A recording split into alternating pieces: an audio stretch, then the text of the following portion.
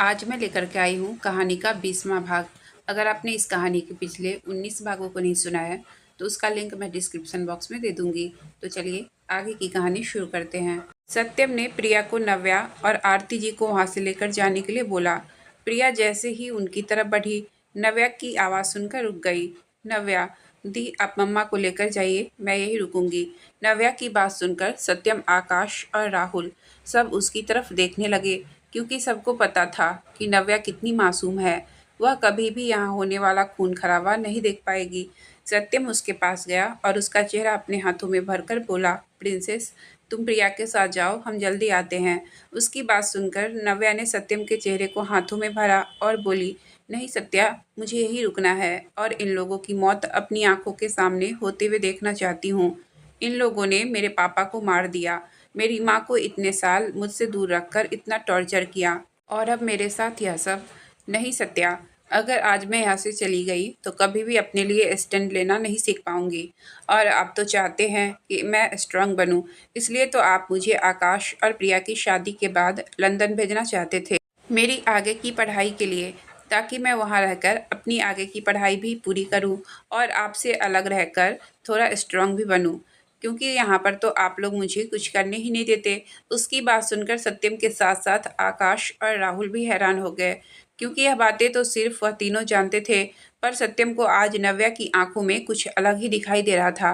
वह हमेशा नटखट और मासूम दिखने वाली नव्या की आंखों में उसे एक अलग ही आग दिखाई दे रही थी, जिसे देखकर सत्यम मुस्कुरा दिया। उन लोगों को देखकर नव्या बोली, क्या हुआ, यही सोच रहे हैं ना कि मुझे यह सब कैसे पता। सत्यम ने कुछ नहीं कहा, बस उसे देखते रहा।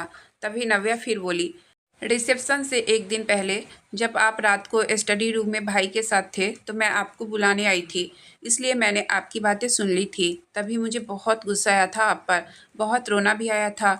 यह बोलकर नव्या की आंखों में फिर से आंसू आ गए। तो सत्यम उसके आंसू साफ करके प्यार से बोला, तो इसलिए आप कल मुझसे इतना गुस्सा थी। नव्या ने हाँ में गर्दन हिला दिया। तो सत्यम ने उसे अपने सीने से लगा लिया और उसके बालों को सहलाते हुए बोला, जाना, मुझे पता है यह आसान नहीं है आपके लिए और ना ही मेरे लिए। जितना बुरा आपको लग रहा है, यकीन मानिए उससे ज़्यादा बुरा मुझे लग रहा है। आपको देखे बिना तो मेरी सुबह भी नहीं होती, और जब तक आपको बाहों में ना भर लूँ तब तक इस बेचैन दिल को सुकून कहाँ मिलता है। मेरी तो सुबह आपसे शुरू होकर आप पर ही खत्म होती है। पर यह ज़रूरी है जाना, ताकि आगे जाकर आपको कभी ऐसी सिचुएशन हैंडल ना करनी पड़े। खुद के बचाव के लिए आपको कभी मेरी जान किसी और की ज़रूरत ना पड़े। उसकी बात सुनकर नव्या ने उस पर अपनी पकड़ कसी और बच्चों जैसा मुंह बनाकर बोली, नहीं, मैं चाहूँ जितनी स्ट्रांग हो जाऊँ, पर मुझे बचाओगे तो हमेशा आप ही। उसकी बात सुनकर सत्यम मुस्कुरा दिया और बोला, अच्छा, तो मतलब फिर से ऐसी सिचुएशन में फंसने का इरादा है। इस बार नव्या कुछ नहीं बोली। तो सत्यम ने उसके बालों को चूमा और उसे खुद से अलग करके सोफे पर बैठा दिया और बोला, ठीक है, आप यहाँ बैठो, हम जरा इनको सबक सिखा लें। नव्या ने हाँ में गर्दन हिलाई। तो सत्यम के इशारे पर प्रिया आरती जी को वहाँ से ले गई। सत्यम वहाँ आए आदमियों के पास आया और उन्हें देखकर बोला, हाँ, तो किस किस को बोली लगानी है मेरी जाना की। सत्यम की आवाज़ सुनकर सब लोग डर गए, क्योंकि सत्यम की आवाज़ में एक ठंडापन था, जिससे सबको ऐसा लगा कि उनकी रीढ़ की हड्डी में कपकपाहट हुई हो। और सबको यह भी पता था कि सत्यम का गुस्सा कितना खतरनाक है। अंडरवर्ल्ड में सब उसे डेविल के नाम से जानते हैं। उसकी क्रूरता देखकर बड़े बड़े लोगों की पैंट गीली हो जाती है। वह सॉफ्ट सिर्फ अपने परिवार और अपनी जाना के लिए है। उसकी बात सुनकर किसी के मुंह से कुछ नहीं निकला। सब लोग अपनी गर्दन झुकाकर खड़े रहे। सत्यम ने अपने गार्डों को इशारा किया और उसे उन सबको वहां से अपने डार्क हाउस लेकर जाने के लिए कहा। गार्ड्स उन सबको पकड़कर वहां से ले गए। वह सब लोग सत्यम से माफ़ी मांगते रहे और खुद को छुड़ाने की भीख मांगते रहे, पर सत्यम ने उन पर कोई रहम नहीं किया। वही रघुवेंद्र गुस्से में सब कुछ देख रहा था। वह सत्यम को मारने के लिए उसकी तरफ बढ़ा, पर उससे पहले ही सत्यम ने घूमकर उसके पेट में लात मारी, तो वह दूर जाकर गिरा। सत्यम ने उसकी तरफ देखा और गुस्से में बोला, मैंने बोला था ना कि कोई भी धंधा करना, पर लड़कियां और ड्रग्स का धंधा मत करना। पर तुमने तो मेरी ही बीवी को बेचने की कोशिश कर दी। उसने रघुवेंद्र को अधमरा कर दिया।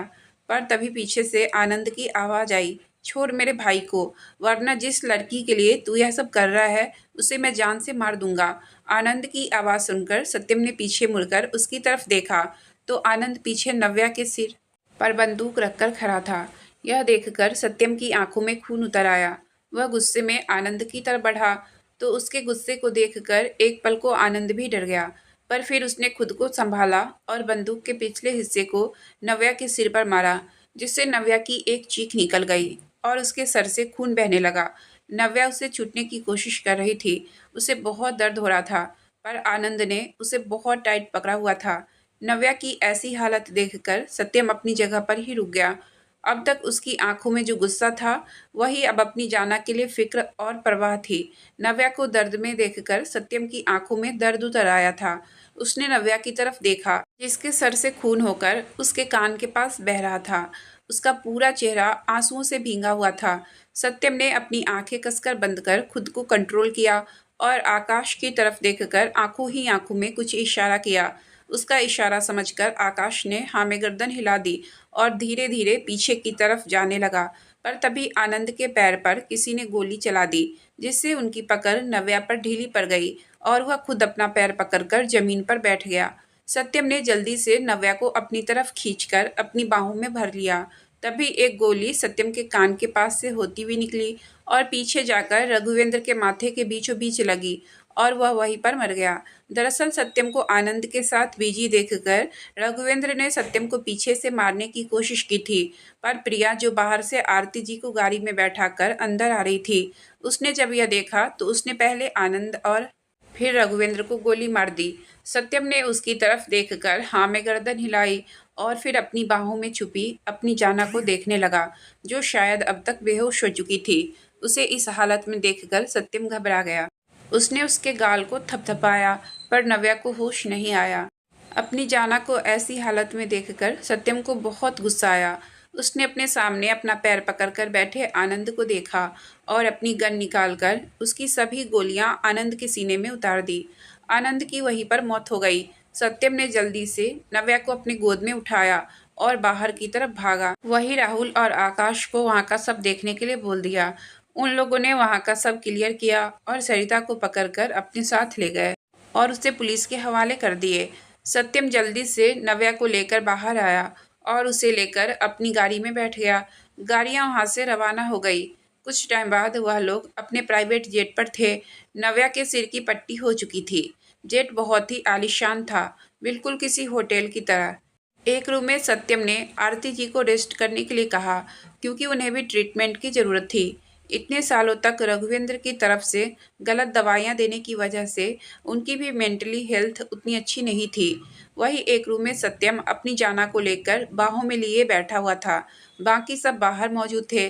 आकाश और प्रिया एक साथ बैठे थे।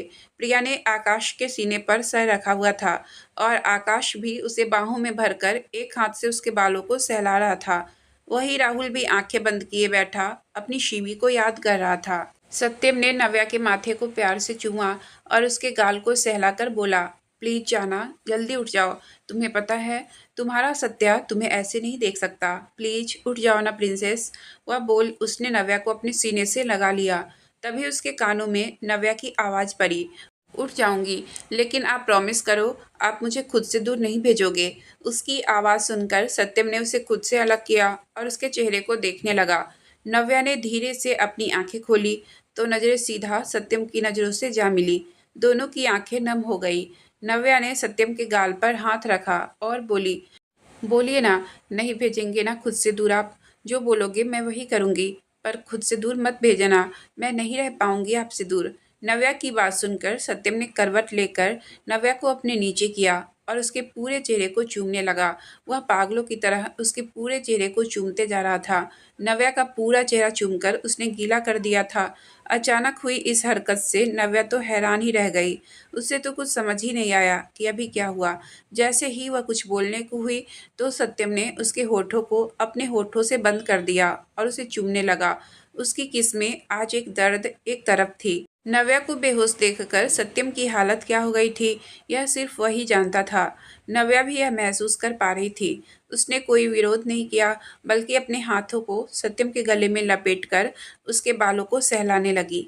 आज वह भी सत्यम का साथ दे रही थी, जिसे महसूस कर सत्यम की किस और भी डीप होती गई। एक लंबी किस के बाद जब नव्या को सांस लेने में दिक्कत होने लगी, तो सत्यम ने उसके होठों को छोड़ दिया, लेकिन उससे दूर नहीं हुआ।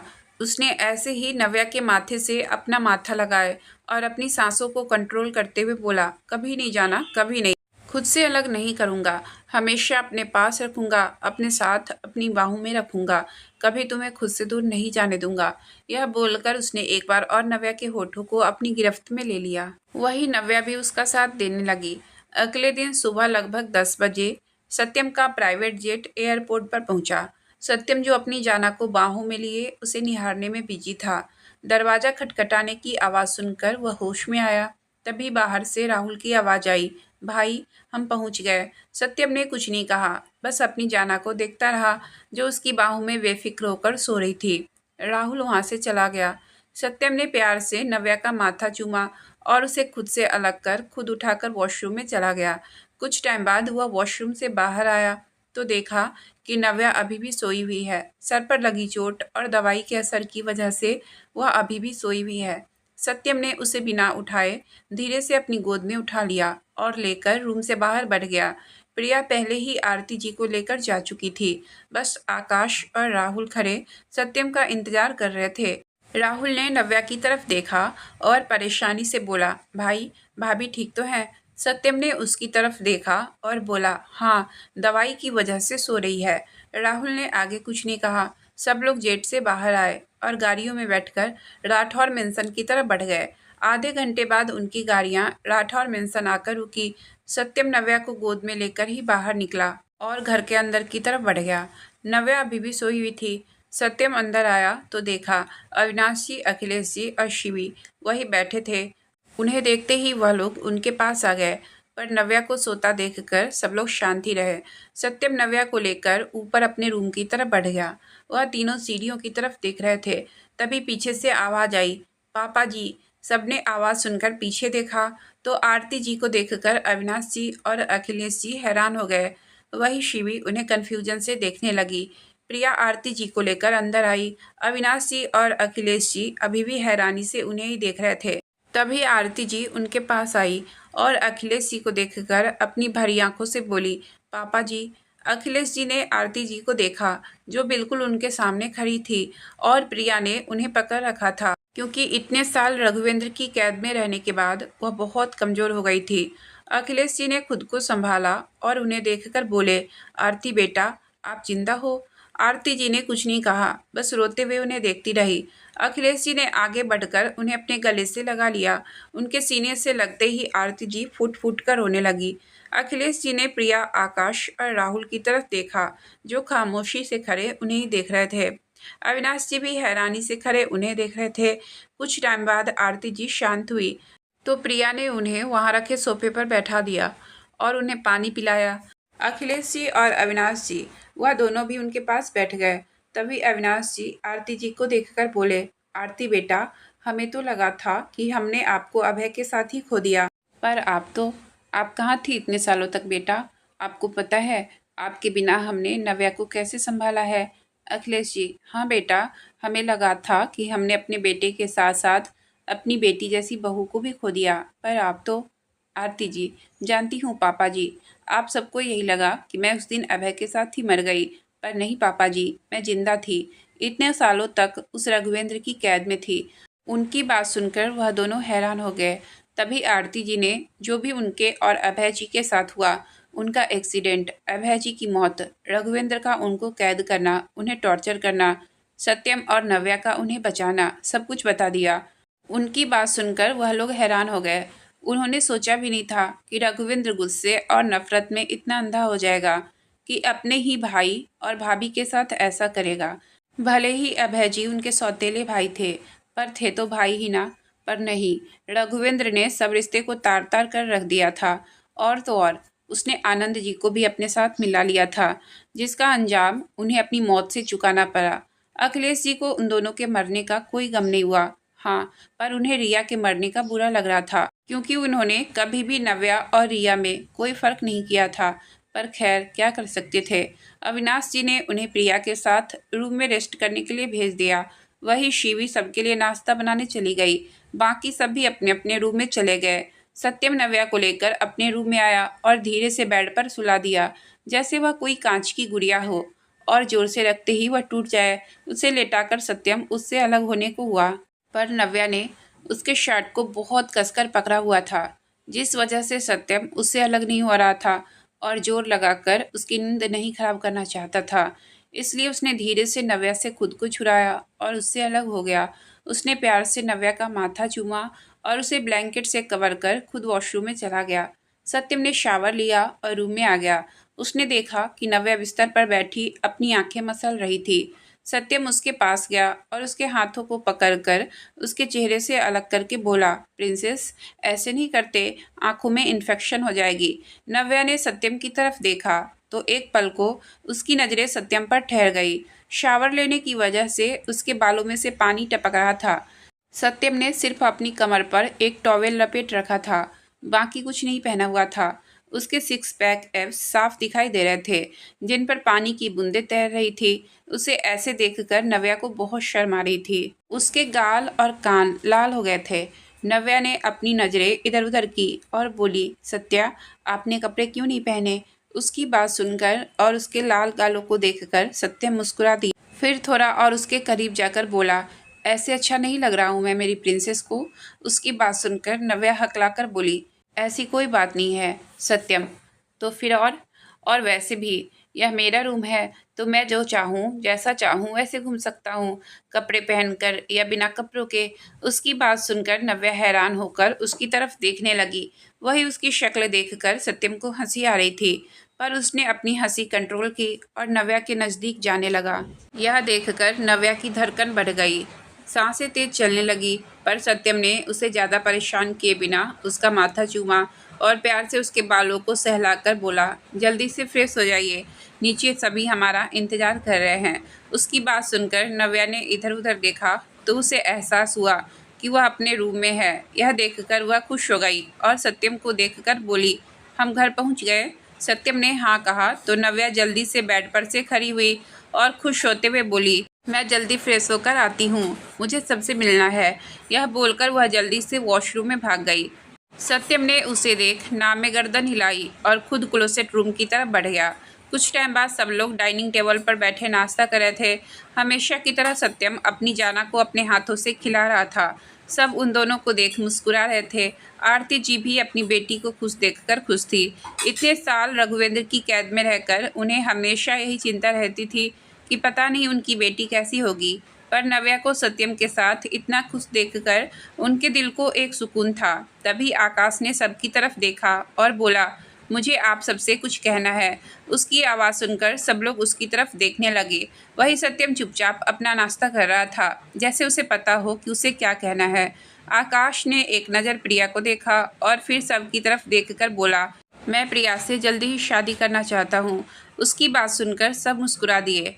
अविनाश जी ने एक नज़र प्रिया को देखा, जो चेहरा नीचे कर मुस्कुरा रही थी। फिर आकाश की तरफ देखकर बोले, ठीक है, फिर मैं पंडित जी से बात कर शादी का मुहूर्त निकलवाता हूँ। उनकी बात सुनकर सब खुश हो गए। वही आकाश ने टेबल के नीचे से प्रिया का हाथ पकड़ लिया। प्रिया भी खुश थी और सत्यम की जाना तो सबसे ज़्यादा खुश थी, क्योंकि शादी में उसे सबसे ज़्यादा मस्ती करने को जो मिलने वाली थी, उसे खुश देखकर सत्यम भी खुश था। पर प्रिया ने इच्छा जाहिर की कि वह शादी सिंपल तरीके से करना चाहती है, सिर्फ परिवार वालों के बीच। उसकी खुशी के लिए आकाश के साथ साथ बाकी सब भी मान गए। दोपहर को अविनाश जी ने पंडित जी से बात की तो एक हफ्ते बाद का मुहूर्त निकला। सब बहुत खुश थे और खुशी खुशी शादी की तैयारी करने लगे। देखते ही देखते एक हफ्ता बीत गया और वह दिन भी आ गया जिस दिन आकाश और प्रिया एक होने वाले थे। सुबह से राठौर मेंशन में चहल पहल थी। बहुत खूबसूरती से घर को सजाया गया था। एक रूम में शिवी और प्रिया पार्लर वाली के साथ मिलकर प्रिया को तैयार कर रही थी और शिवी बीच बीच में उसे छेड़ रही थी। वहीं दूसरे रूम में राहुल आकाश की मदद कर रहा था उसे तैयार होने में, और सत्यम सोफे पर बैठकर लैपटॉप पर अपना काम कर रहा था। आकाश ने उसकी तरफ देखा और मुंह बनाकर बोला, यार आज के दिन तो यह काम छोड़ दे। आज मेरी शादी है और तू है कि लैपटॉप में घुसकर बैठा हुआ है। उसकी बात सुनकर सत्यम ने टेढ़ी नज़रों से उसे देखा और बोला, तू तो चुप ही रह। एक तो तेरी वाली को तैयार करने के लिए मेरी जाना वहाँ जाकर बैठी है, और तो और मेरे बुलाने पर आ भी नहीं रही है। मैं यहाँ तड़प रहा हूँ उसे एक नज़र देखने के लिए। उसकी बात सुनकर आकाश मुंह खुले हैरानगी से उसे देखता है, जिसे देखकर सत्यम बोला, ऐसे क्या देख रहा है आकाश? भाई देख रहा हूँ कि तू कितना बड़ा जालिम है। मतलब तेरी शादी हो चुकी है और रोज़ तो तेरी जाना तेरे पास ही रहती है, पर मेरा सोच, मेरी आज शादी है। आज मैं फिर अपनी बात अधूरी छोड़कर बोला, छोड़ यार, तू नहीं समझेगा। यह बोलकर वह आईने की तरफ मुड़ा और तैयार होने लगा। वही उसकी बात सुनकर सत्यम उठकर उसके पास आया और उसे अपनी तरफ मुड़ा दिया।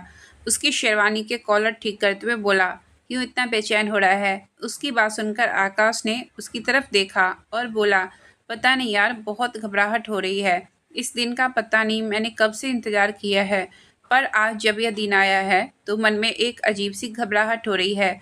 उसकी बात सुनकर राहुल, जो उसके पास ही खड़ा था, वह हंसते हुए बोला, कमाल करते हो आप आकाश भाई। जिस इंसान से पूरा अंडरवर्ल्ड डरता है, वह इंसान जिसे वह प्यार करता है उससे शादी करने से घबरा रहा है। यह बोलकर वह हंस देता है। वही सत्यम भी उसकी बात सुनकर मुस्कुरा देता है। राहुल की बात सुनकर आकाश मुंह बनाकर बोलता है, हंस ले बेटा, तेरी शादी हो चुकी है इसलिए तुझे हंसी आ रही है। तभी सत्यम उसके कंधे पर हाथ रखकर उसे अपनी तरफ घुमाकर बोला, रिलैक्स कर और चलो नीचे, टाइम हो गया है। कुछ टाइम बाद आकाश मंडप में बैठा था। पंडित जी जैसा बता रहे थे वह वैसा कर रहा होता है। तभी पंडित जी के कहने पर राहुल प्रिया को लेने चला जाता है। वही आकाश की तो धड़कनें बढ़ी हुई थी। वह बेसब्री से प्रिया का इंतजार कर रहा होता है। तभी कुछ देर बाद एक साइड से राहुल और एक साइड से शिवी प्रिया को पकड़कर ला रहे होते हैं। आकाश की नज़र उस पर पड़ते ही वह तो जैसे अपनी जगह पर जम गया और एकटक प्रिया को देखने लगा, जो लाल और ऑरेंज कॉम्बिनेशन के लहंगे में पलके झुकाए धीरे धीरे मंडप की तरफ चली आ रही थी। आंखों में काजल, होठों पर लाल लिपस्टिक, बड़े बड़े झुमके, माथे पर मांग टीका, नाक में एक बड़ी सी नथ जो उसके होठों को चूम रही थी। दुल्हन के लिबास में वह बहुत ही प्यारी लग रही थी। आकाश को पता ही नहीं चला कि कब राहुल और शिवी ने उसे लाकर आकाश के बगल में बैठा दिया। आकाश तो अभी भी एकटक उसे देखने में बिजी था। पंडित जी के मंत्र पढ़ने की आवाज़ से वह होश में आया। वही कोई और भी था जो आकाश की तरह किसी को एकटक देखने में बिजी था। जी हाँ, यह कोई और नहीं बल्कि हमारे सत्यम बाबू थे, जो अपनी जाना को देखने नहीं तारने में बिजी थे, जो आरती जी के पास खड़ी मुस्कुराते हुए आकाश और प्रिया की शादी देख रही थी। ब्लैक कलर का लहंगा जो उसके गोरे रंग पर फब रहा था, आंखों में काजल, होठों पर लिपस्टिक, बड़े बड़े झुमके, खुले बाल जिनमें वह कमाल की खूबसूरत लग रही थी। जब उसे खुद पर किसी की नज़रें महसूस हुई तो उसने देखा कि सत्यम एकटक उसे ही देख रहा था। नव्या ने आंखों से ही उसे पूछा कि क्या हुआ, तो सत्यम ने उसे अपने पास आने का इशारा किया। उसकी सोच से बेखबर कि सत्यम के दिमाग में क्या चल रहा है, नव्या उसके पास आकर खड़ी हो गई। सत्यम ने इधर उधर देखा, सब शादी देखने में बिजी थे। सत्यम ने उसका हाथ पकड़ा और हॉल के एक तरफ ले आया। वहाँ कोई नहीं था। उसने नव्या को एक दीवार से लगाया और उसके कुछ बोलने और समझने से पहले ही उसके होठों पर अपने होठ रख दिए। नव्या की आंखें बड़ी हो गई। उसने हैरानी से सत्यम की तरफ देखा, जो उसे शिद्दत से चूमने में बिजी था। कुछ देर बाद नव्या की आंखें भी बंद हो गई। उसकी पकड़ सत्यम के कंधों पर कस गई। वही सत्यम एक हाथ से उसे कमर से पकड़े हुए था और दूसरा हाथ उसका नव्या के सर के पीछे था। वह लगातार नव्या के होठों को सक कर रहा था। धीरे से उसने अपनी जीभ नव्या के मुंह में एंटर कर उसकी जीभ से उलझा दी। दोनों ही सब भूलकर एक दूसरे में खोए हुए थे। सत्यम को जब लगा कि नव्या को सांस लेने में दिक्कत हो रही है तो उसने उसके होठों को छोड़ दिया और उसकी गर्दन को चूमने लगा। नव्या की पकड़ उस पर मजबूत हो गई। सत्यम के होठ लगातार उसकी गर्दन, कंधे और कॉलर बोन पर चल रहे थे। वही नव्या की सिसकियां निकल रही थी, जिसे सुनकर सत्यम होश में आया। उसे एहसास हुआ कि वह इस समय कहाँ है। उसने नव्या को देखा, जो आंखें बंद किए लंबी लंबी सांसें ले रही थी। उसने उसे अपने सीने से लगा लिया और उसकी पीठ और बालों को सहलाने लगा। कुछ टाइम बाद वह नॉर्मल हुई। तो सत्यम ने उसका माथा चूम लिया और उसे लेकर सबके बीच आ गया। वहाँ अब शादी कंप्लीट हो चुकी थी। पंडित जी के कहने पर आकाश और प्रिया ने सभी बड़ों का आशीर्वाद लिया। फिर सबने साथ मिलकर खाना खाया। शिवी और नव्या प्रिया को लेकर ऊपर आकाश के रूम की तरफ बढ़ गई। वही आकाश राहुल और सत्यम के साथ बातों में लग गया। अखिलेश जी और अविनाश जी भी खाना खाकर अपने रूम में आराम करने चले गए। वही आरती जी भी अभी उतनी ठीक नहीं थी, तो सबने उन्हें भी आराम करने भेज दिया। शिवी और नव्या ने प्रिया को आकाश के रूम में छोड़ा और उसे ऑल द बेस्ट बोलकर चली गई। प्रिया ने नज़र उठाकर रूम को देखा, जो रेड और वाइट रोजेस से बहुत ही खूबसूरती से सजाया हुआ था। रूम के हर कोने में कैंडल्स जल रही थी। बेड पर बहुत ही खूबसूरती से रोज से हार्ट बना हुआ था। फर्श पर भी सब तरफ रोज बिखरी हुई थी। प्रिया यह सब देख रही थी जब रूम का दरवाज़ा खुलने और फिर बंद होने की आवाज़ आई, पर प्रिया वैसे ही खड़ी रही। उसकी पीठ दरवाजे की तरफ थी। उसकी धड़कनें बढ़ गई थी। तभी आकाश ने उसे पीछे से अपनी बाहों में भर लिया और उसके कंधे पर अपना चेहरा रखते हुए बोला, रूम पसंद आया? प्रिया ने कुछ नहीं कहा, बस गर्दन झुकाए खड़ी रही। आकाश ने उसे अपनी तरफ घुमाया और उसका चेहरा हाथों में भरकर बोला, मेरी तरफ देखो जान। प्रिया जो पलके झुकाए खड़ी थी, उसने आकाश की तरफ देखा तो आकाश ने उसका माथा चूम लिया और बोला, मैं आज बहुत खुश हूँ जान, इतना कि मैं तुम्हें बता भी नहीं सकता। प्रिया ने कुछ नहीं कहा, बस मुस्कुराते हुए उसके सीने से लग गई। आकाश ने भी उसे अपनी बाहों में भर लिया। कुछ देर दोनों ऐसे ही खड़े रहे और एक दूसरे को महसूस करते रहे। कुछ टाइम बाद आकाश ने उसे खुद से अलग किया और उसका हाथ पकड़कर उसे बेड के पास लेकर आया और बेड पर बैठा दिया। वह खुद अलमारी के पास गया और उसमें से एक बॉक्स लेकर प्रिया के पास आया। उसने उस बॉक्स में से एक पायल निकाली जो बहुत ही खूबसूरत थी। उसमें छोटे छोटे सितारे नीचे की तरफ लटक रहे थे। आकाश ने प्रिया का पैर पकड़ा और अपने घुटने पर रख उसे पायल पहनाते हुए बोला, यह हमारी शादी का तोहफा है। वही उसके पैर पकड़ने पर प्रिया ने अपना पैर पीछे खींचने को हुई, पर आकाश ने जबरदस्ती उसका पैर पकड़कर उसमें पायल पहना दी। आकाश ने प्रिया के हाथ को पकड़ा और उसे देखते हुए बोला, जान, क्या हम हमारी ज़िंदगी की शुरुआत कर सकते हैं? क्या मुझे इजाज़त है कि मैं अपनी जान को बाहों में लेकर उसे जी भर कर प्यार कर सकूं? उसकी बात सुनकर प्रिया मुस्कुरा दी और शर्म से नजरें झुकाकर हाँ में गर्दन हिला दी। इजाज़त मिलने पर आकाश मुस्कुरा दिया। उसने प्रिया के चेहरे को अपने हाथों में भरा और उसके माथे को चूमते हुए बोला, आई लव यू जान। उसकी बात का प्रिया कुछ जवाब देती उससे पहले ही आकाश ने उसके होठों पर अपने होठ रख दिए और उसे चूमने लगा। प्रिया ने भी आंखें बंद की और उसका साथ देने लगी। किस करते हुए ही आकाश ने प्रिया को बिस्तर पर लेटा दिया और खुद उसके ऊपर आ गया। कुछ टाइम बाद दोनों के कपड़े जमीन पर बिखरे हुए थे और वह दोनों एक दूसरे में समाये अपने प्यार की दुनिया में खोए हुए थे। लगभग 2 घंटे बाद दोनों रुके और एक दूसरे की बाहों में सो गए। आज दोनों दिल के साथ साथ जिस्म से भी एक हुए थे। आज उनके प्यार की कहानी मुकम्मल हुई थी। वही सत्यम के रूम में नव्या सत्यम की गोद में उसके सीने से लगी बालकनी में झूले पर बैठी हुई थी। वही सत्यम उसे अपनी बाहों में भरे उसके बालों को सहला रहा था। तभी नव्या उसके सीने पर अपनी उंगली रख चलाते हुए धीरे से बोली, सत्या। सत्यम, हाँ नव्या, आप उस दिन आकाश भाई और राहुल को बोल रहे थे ना मुझे लंदन भेजने का, तो क्या आप? यह बोलकर वह चुप कर गई। वही उसकी बात सुनकर सत्यम ने उसे खुद से अलग किया और उसके बालों को उसके कान के पीछे करते हुए बोला, क्योंकि मैं चाहता था कि मेरी जाना अपने पैरों पर खड़ी हो, अपना खुद का एक नाम बनाए, उसे कभी भी किसी के सहारे की ज़रूरत ना पड़े। इसलिए मैं चाहता था कि तुम लंदन जाकर अपनी पढ़ाई पूरी करो, पर अगर तुम। नव्या जो ध्यान से सत्यम की बात सुन रही थी, वह उसकी बात बीच में काटकर बोली, मैं जाना चाहती हूँ। उसकी बात सुनकर सत्यम उसे देखने लगा। कुछ टाइम उसकी आंखों में देखने के बाद सत्यम ने उसके चेहरे को हाथों में भरा और बोला, क्या तुम सच में जाना चाहती हो? नव्या, हाँ मैं जाना चाहती हूँ, ताकि मैं खुद को आपके काबिल बना सकूं। आपने जो सपना मेरे लिए देखा है मैं उसे पूरा कर सकूं।